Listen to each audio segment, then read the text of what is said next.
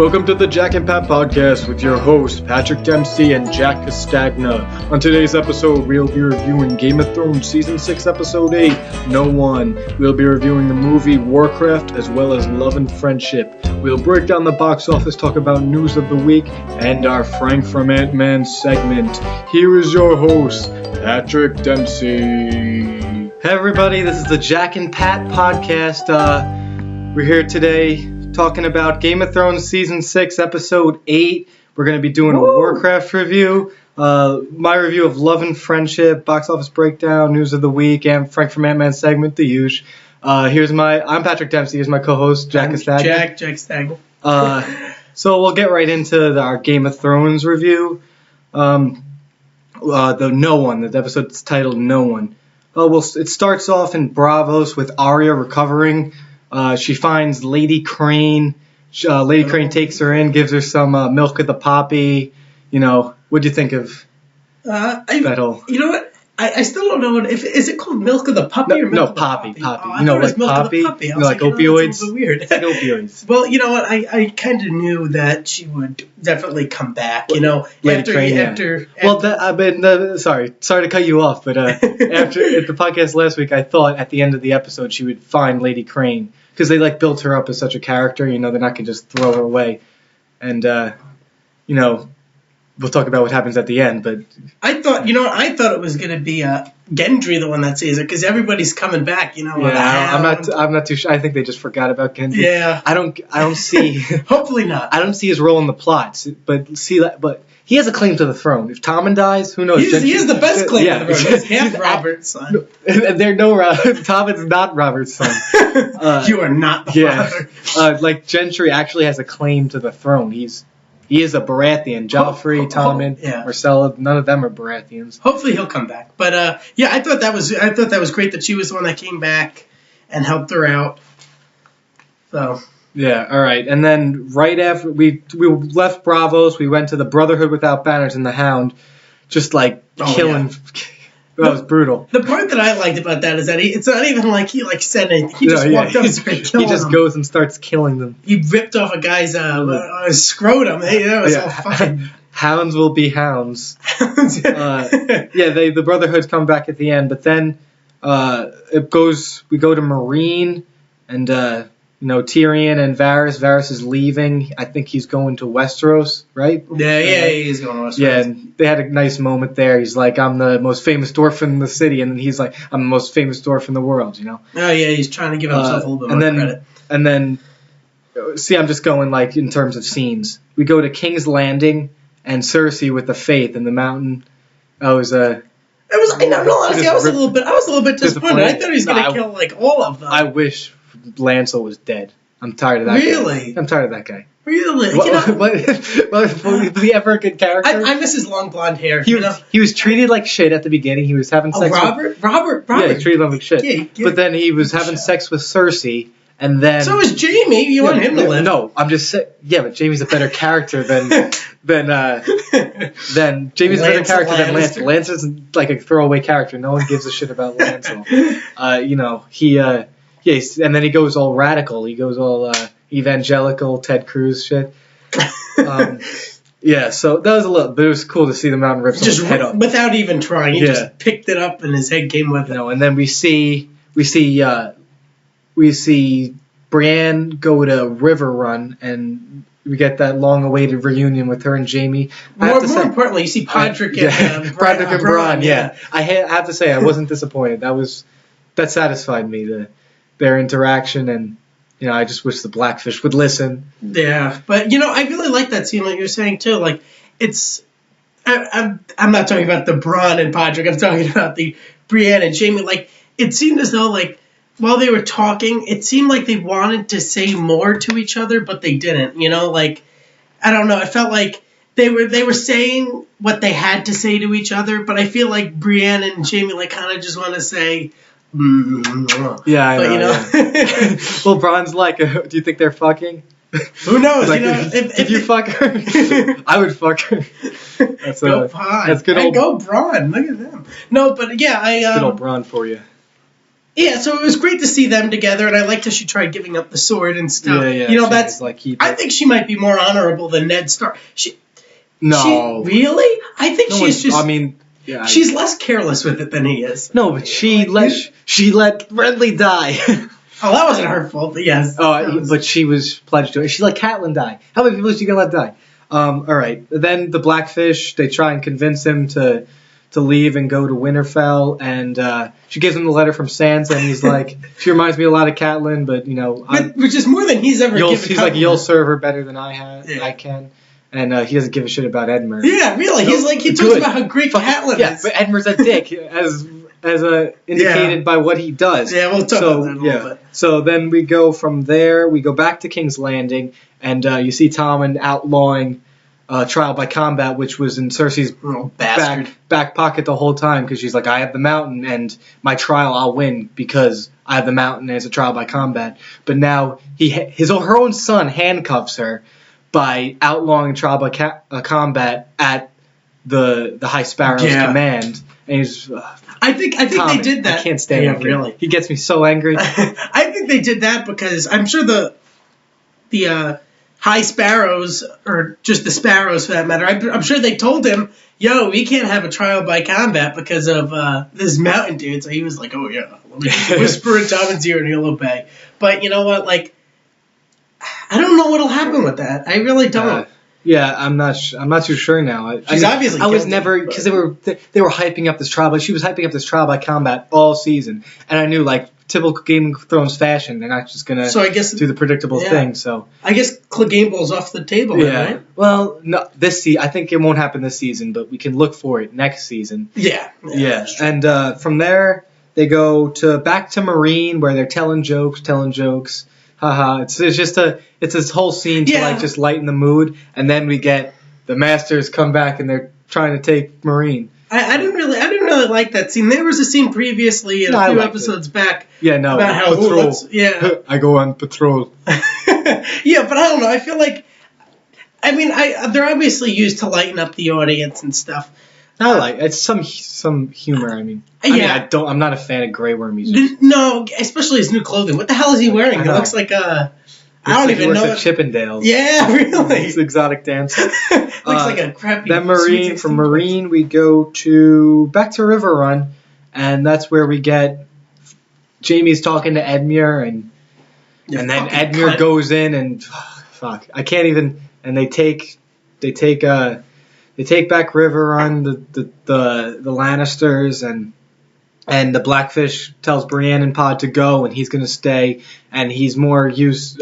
Brienne's will fight harder for Sansa than the Blackfish ever could, and he goes down in a good old sword fight that we don't see, which I liked, right? Yeah, I totally agree. You know, we've seen too many deaths on the Game of Thrones. It's nice to see good characters. I don't want to see my favorite character just die like that. It's good that he had an honorable death, and then Jamie lets Brienne and Pod go on the river. For a second, I thought he wasn't going to. No, I really? I thought his face was, I don't know. But you know what? Edmure, I hate him. I think he's officially besides next to Ramsay. He's not our Ant-Man, our Frank from Ant-Man's of the week. So. Yeah, we were thinking about it until that happened. Yeah, we were maybe he's been kind of quiet. He has whatever. From Riverrun, we go back to Marine, and that's where we get Daenerys coming back. Yeah, she just walked in the door. Yeah. Like, what the fuck? They're like, Tyrion's like apologizing for being wrong. He got them into this mess. They were like, he wanted to go on the beach.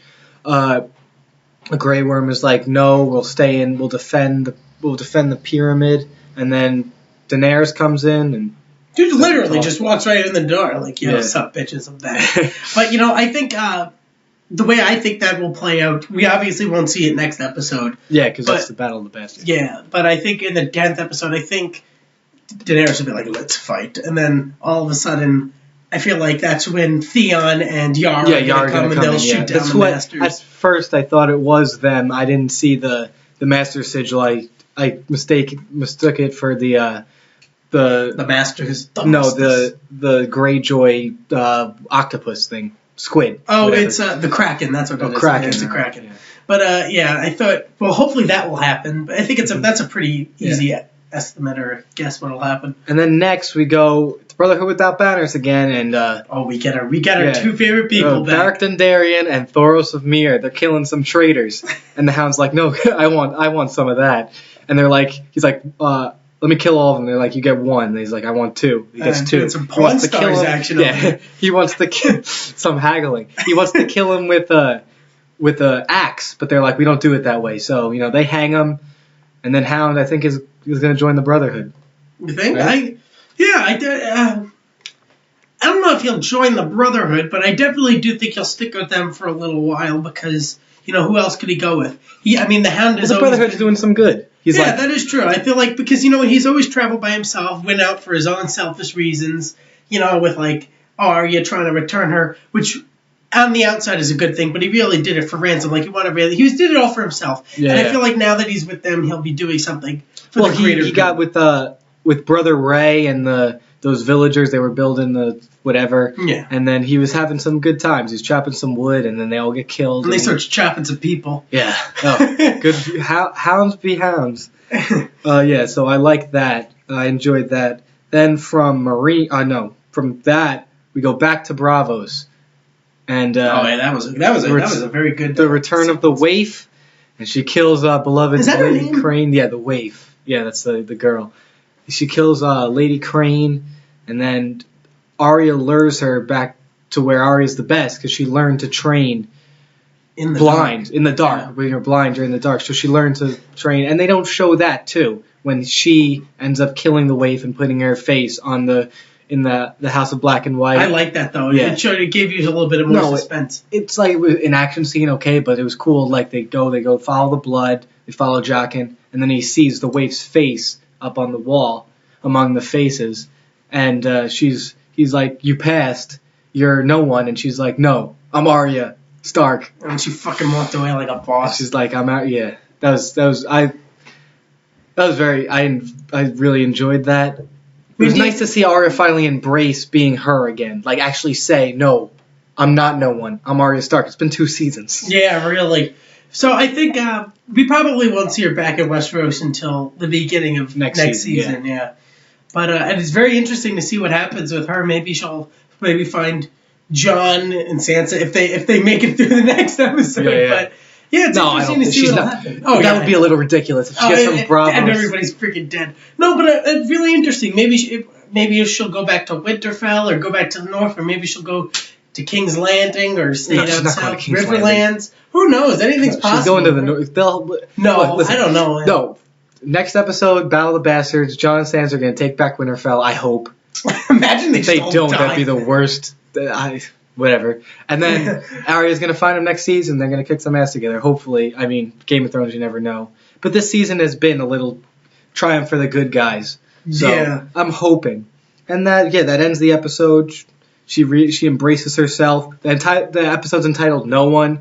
And she gets rid of that moniker and she becomes Arya of House Stark. How we know her, Lady Stark. Well, she never wanted to be a lady, actually. She's a fighter. Yeah. But she wants to be her Aunt Lyanna. All right. So that predictions, right? Oh yeah. Well, let's rate the episode, then predictions. Yeah, I'll give this episode probably 4.5 out of 5 stars. 4.5. Yeah. It wasn't like an all action episode like Watchers on the Wall. No, it's one of my. This is one of my favorites of the season. Yeah. I mean, I feel like I've been saying that a lot because this season is so good. Yeah, definitely 4.5 stars. I'll have to agree. The only reason why I probably wouldn't give it 5 stars is just tiny, tiny little things. Maybe because we didn't get a small Jon Snow scene. No, that's not it. It's just like to give something 5 stars. It's like it has to be like amazing. Yeah. 4.5 stars is a good, real solid, more than solid. Flawless. 5 needs to be flawless. Yeah. Well, you just have to. It doesn't have to be flawless. It just has to. Just be like, I love that. Yeah, but it was a very solid episode. Yeah. And you know what? The previews for next episode looked even better. Yeah. I mean, predictions. I mean, it's going to be, from the looks of it, it's going to be, the entire episode is going to be all Battle of the Bastards. How do you think that's going to end up? I know you were saying that you think Tormund's going to die. Yeah, I can't see Tormund living past this episode. I mean, it's not going to be like that wildling girl from Hard Home who we just saw, and then she just dies. Oh from, yeah, like, yeah. I little thought they were children. setting her up for. Yeah, I think Tormund will have a heroic death. Maybe at the hands of Ramsay. I don't know. I feel like Tormund's a much better sorcerer than Ramsay, but I feel like he's definitely going to go maybe trying to save Sansa's life or Davos or Jon. He's definitely going to die. If he dies this episode or if he dies in the show, it'll definitely be to save somebody's life. Because Tormund's just one of those characters. But it seems great. It seems the giant in that preview, he's going to have some. Yeah, he's going to smash some Bolton heads. Maybe some Umbers, maybe some Karstarks. You get the whole bunch there. I didn't get the Vale people coming. The Knights of the Vale, hopefully. Well, yeah. Hopefully she wrote to them and not maybe, I don't know. All right. So, I'll give it a 4.5 stars, too, for the same reasons. Predictions, I don't know. I hope the Starks win. Maybe I'm going to go out there. I'm going to say Davos finds out that Melisandre killed Shireen. Oh, maybe Davos will kill her. You son of a bitch! I hope not. No, Melisandre's one of my favorite characters. I don't care if she's 400 years old. Saggy tits. Pat likes it when she takes that necklace off. Well, Pat likes no jewelry. As I said last week, Olenna's a gilf. I don't know about Melisandre because, I like her in her younger form, but, Old form is cool, too. Well, Pat will take it how she is. Yeah, I'll take anything.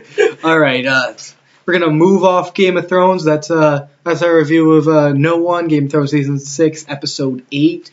We're going to move on to our review of the movie Warcraft, directed by Duncan Jones, starring Travis Fimmel, Paula Patton, Dominic Cooper, Ruth Negga, Toby Kebbell. More names than I'm just naming all of them. That's the movie guy. He remembers everything. Clancy Brown, Rob Kaczynski. I got them all at the top of my head because I'm that good. He's that sexy. All right, we're going to break this down, Warcraft. Positives and negatives. We'll start with the positives. What are some positives you had about the movie? All right, so number one thing by far are special effects. Yeah, the visuals are good. The orcs. Special effects-wise and CGI, everything was spectacular. Yeah, the orcs. It was probably one of the best CGI and special effects movies I've ever seen in my entire life, especially in 3D. We saw it in IMAX 3D. Yeah, they did. ILM did the effects. They do the stuff for Star Wars, so...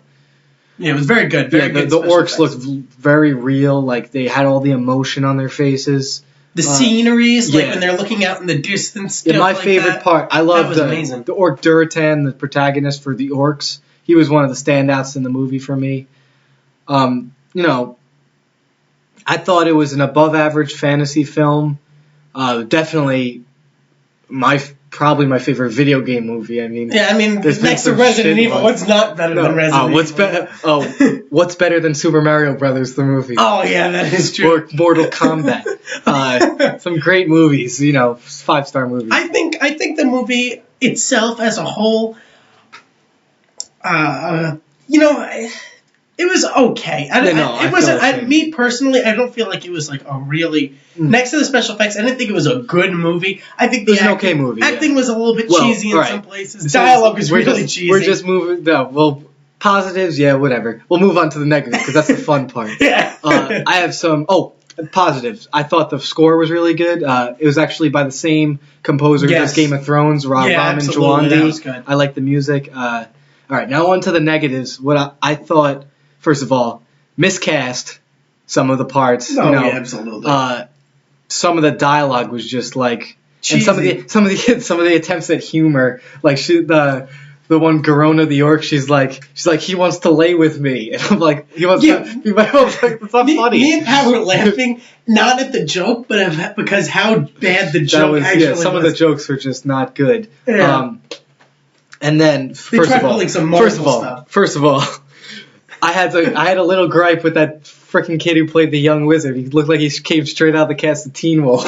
He was just, oh my god. You talk about miscast. Whew. Yeah, that was a killer. I felt more attachment to the orcs than I did the humans. Yeah, the humans kind of seemed like gullible. Yeah, it was like King Lane was just like, who cares? Don't talk too bad about Mr. Stark. Oh yeah, Howard Stark.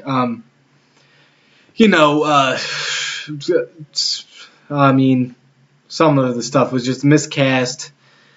The dialogue.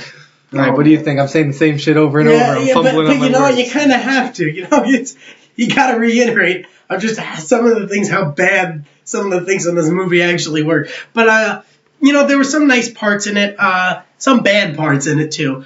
So a couple of plot holes, in my opinion. There are a couple of things in it, but I don't know, how is it doing right now in like the box office. It's not doing too well in America, but. Well, we'll get to that later, all right? We have our box office breakdown. He's got his whole segment. Yeah, I've added schedule. some new stuff to the podcast. It needed a little extra, you know. All right, let's go to our how would you rate it? I'll start first. I'm always going to you. Yeah, like, really. Why can't I start something, right? I'll give it 3 stars out of 5. You know, it's just, I think it's just good enough to warrant a sequel. But I hope the sequel's a whole lot better. You know, they kind of just threw you into it. I feel like it's nice that they don't have to explain everything. There was some just like expository speeches where they're just like giving exposition. They're just talking about who they are and whatnot. But they kind of just threw you into the world and you're like, what? So yeah, 3 out of 5 stars. Just good enough where I'll enjoy I want to see a sequel. You know, it was an okay movie. Nothing special, not horrible. You know, what do you think? You know, I'll give it 2 stars, in my opinion. 2? Right. Yeah. Oh, he's not too happy about that. I don't know. Special effects were amazing, like I said before. I don't know. I know. I can't fault you. I just enjoyed it a little bit more than you did. That's okay. That's fine. But some people hated it. Me personally, like, I was always big on that fantasy stuff like that growing up. I still am today. Like, a lot of viewers might hate me, but I never played Warcraft as a kid. I was more of a RuneScape guy. Yeah. They usually land on 2 different sides of the spectrum. But I don't know. I'll give it 2 stars. There were some good things, some bad things. They left you not hanging, but they definitely left room for a second one.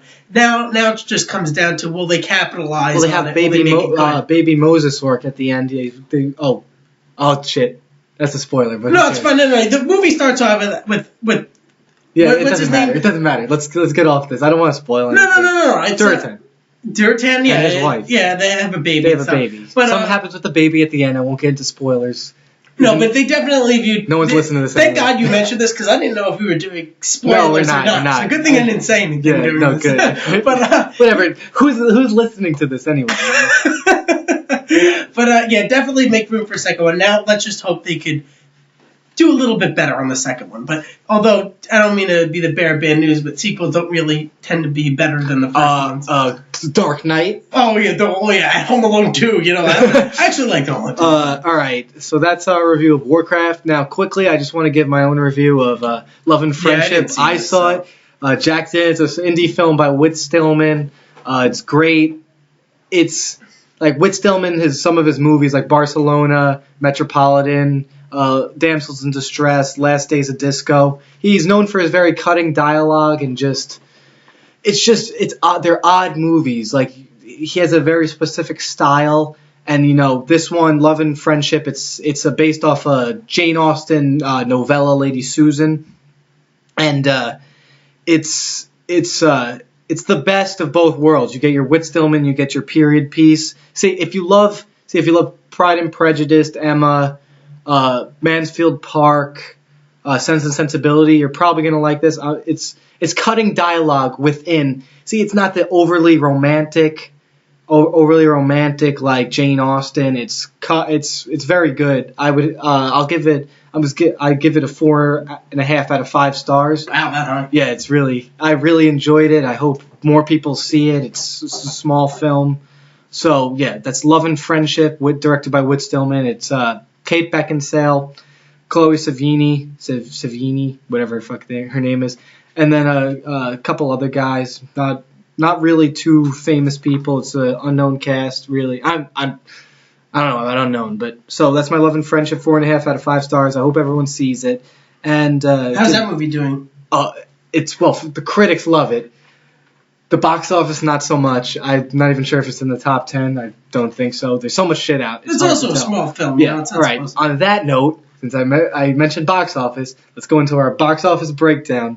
So right now, we got at number 1, The Conjuring 2 at 40 million. Directed by James Wan. It's a continuation of the first horror. Yeah, I don't get to see that. Yeah, I don't really see horror movies that much. At number 2, Warcraft with 24 million. That's here though. Yeah, that's not a lot, but you have to take into account it broke box office records in China, and it made $154 million in the 5 days in China, which is the most ever for a foreign film in China, so that's pretty remarkable. And it's worldwide currently it's sitting at I think like 301 million, which if it keeps going at that pace in China and overseas, it's definitely probably going to get a sequel. I mean, it recouped its costs already. It cost the budget was 160 million, and it's made 300 million. So that's really good. And you know what?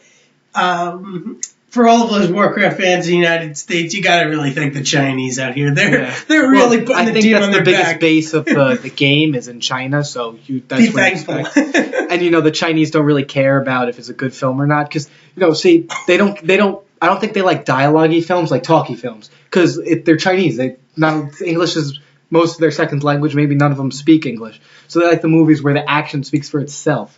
Transformers. And that movie definitely huge did in China. For itself. Warcraft, the visuals are great. They just want to see visual stuff. That's what the Chinese like from American movies. So I'm glad it's doing good there. So it's going to get a sequel. At number 3, Now You See Me 2 with 23 million. Now, did you see the first one? No, I didn't. I did. And you know what? I'm sorry. Like I thought like I would. Like I saw the trailer on the screen, and then I was like, you know what?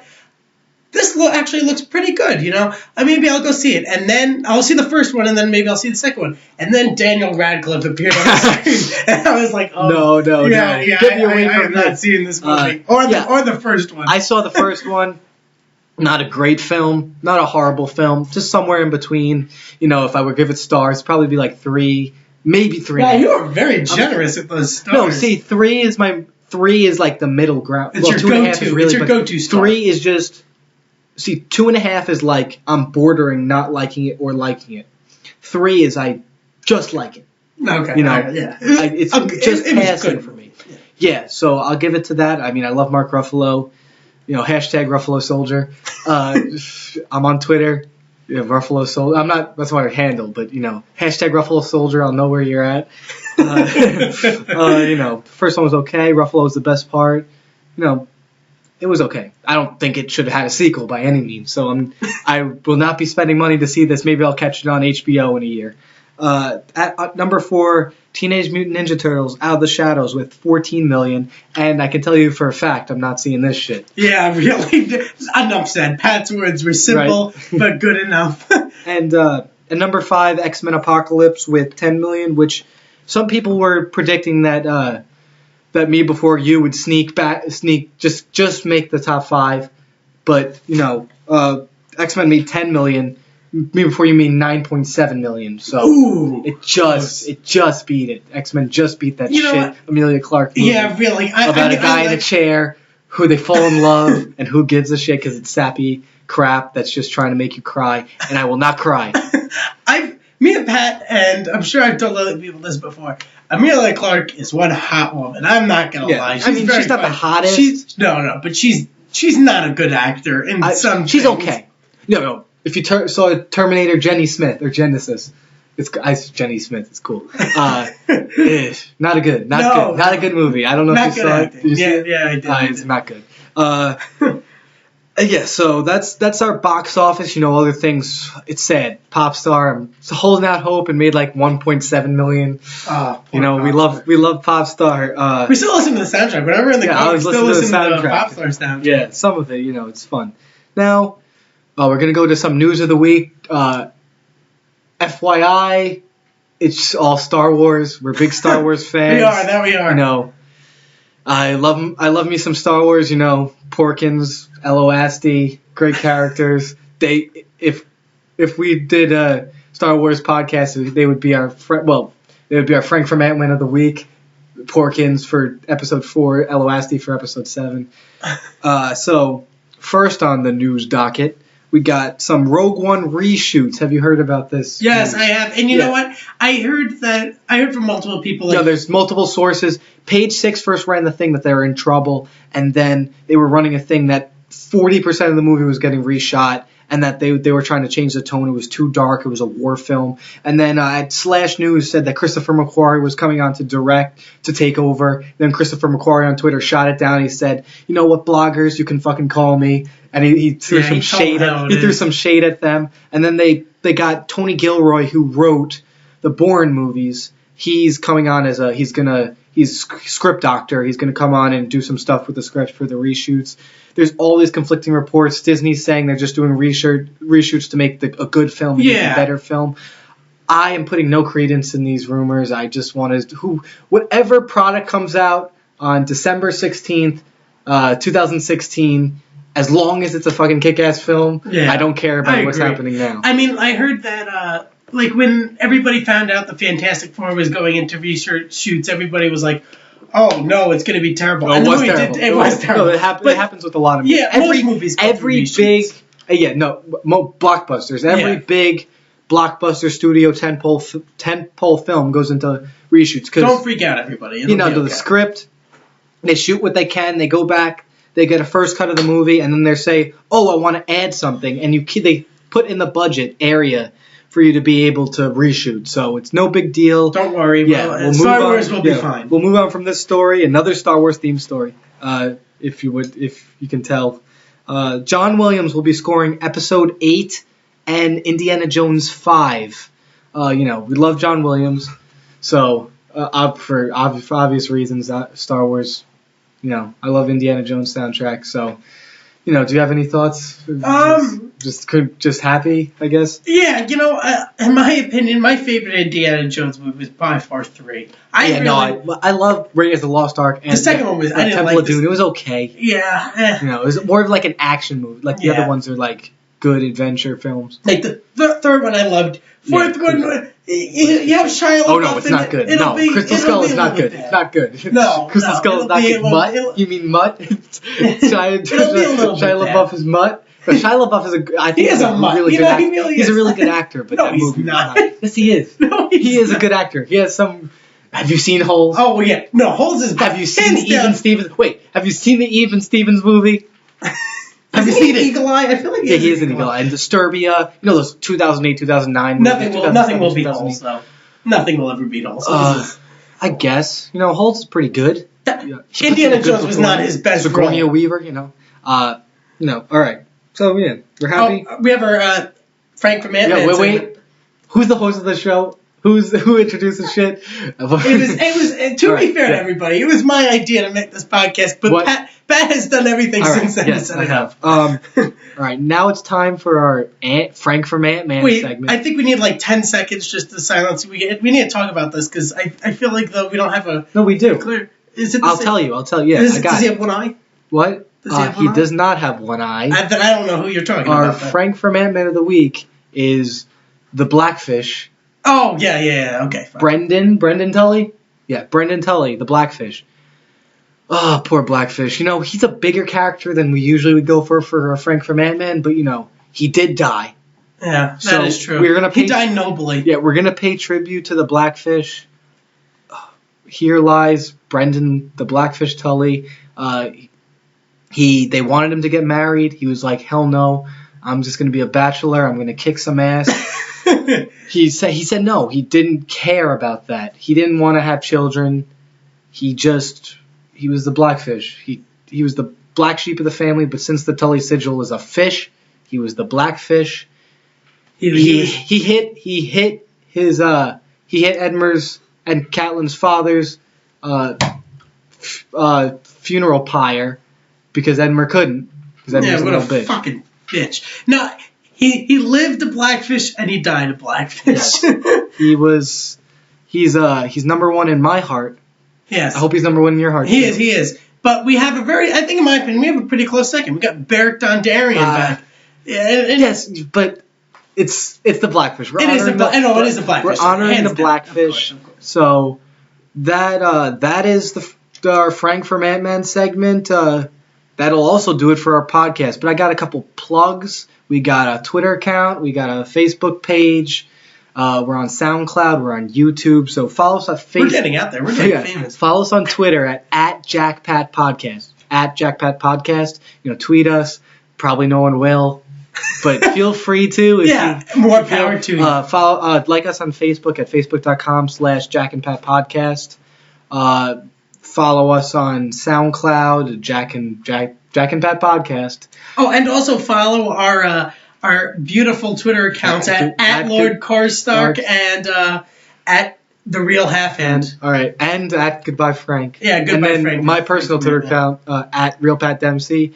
That'll do it for the Jack and Pat Podcast on this beautiful June night. Well, this will be out in the morning, but we're recording this at a beautiful June night. That was a nice prestigious space. We got right Game now. of Thrones review, Warcraft, Love and Friendship, box office news. We got it all here. Where are your number 6 stop for everything Game of Thrones? Number 6 stop. Yeah, and we'll be back next week. Subscribe and follow. Thank you, guys. I'll see you later. Goodbye. And who can say